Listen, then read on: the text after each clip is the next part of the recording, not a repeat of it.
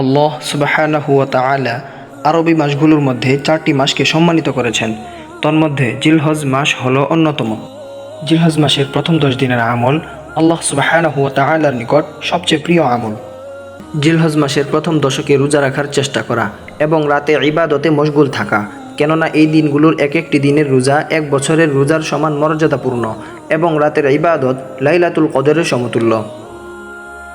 এই দিনগুলোতে বেশি বেশি তাকবীর বলা। জিলহজ মাসের চাঁদ উদিত হওয়ার পর চুল, নখ ইত্যাদি না কাটা। কুরবানির দিন কুরবানির পশু জবাই করার পর চুল, নখ কাটা, এতে কুরবানির সমপরিমাণ সওয়াব পাওয়া যায়।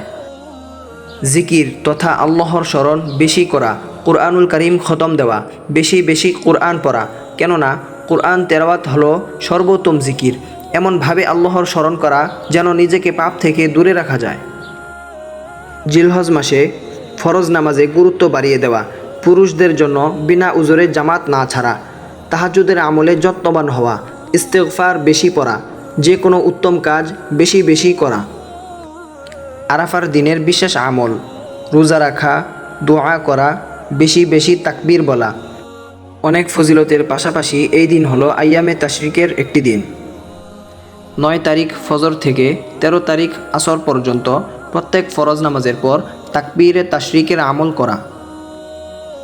ঈদুল আজহার আমল ইখলাসের সাথে কুরবানি করা, ঈদের দিনের সকল সুন্নত আদায় করা, ঈদের রাতের ইবাদতে যত্নশীল থাকা, ঈদুল আজহার দিন না খেয়ে নামাজে যাওয়া, ঈদুল আজহার দিন প্রথম খাবার কুরবানির গোশত দিয়ে খাওয়া।